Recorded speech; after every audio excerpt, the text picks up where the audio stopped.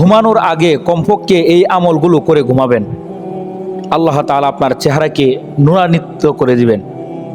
আল্লাহ তাআলা আপনার হায়াত বাড়িয়ে দেবেন, আপনার হায়াতের মধ্যে বরকত দিবেন, আপনার কামাই রুজির মধ্যে বরকত দিবেন, আপনার স্ত্রী সন্তান আল্লাহ তাআলা ভালো রাস্তার মধ্যে তাদেরকে পরিচালনা করবেন।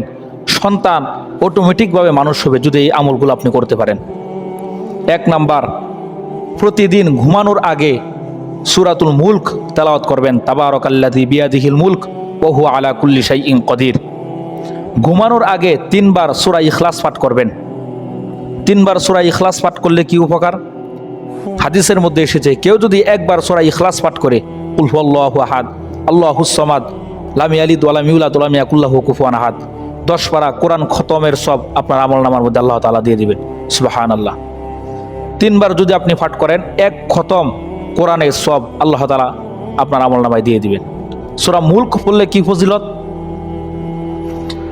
মৃত্যুবরণ করার পর কবরে কোনো কিছু আপনার সাথে যাবে না, কিন্তু হাদিসের মধ্যে এসেছে মানুষকে যেভাবে কবরে রাখা হয় ঠিক মুলক সূরা তার সাথে এভাবে থাকবে। সুবহানাল্লাহ। এজন্য ঘুমানোর আগে এই আমলগুলো করে ঘুমাবেন।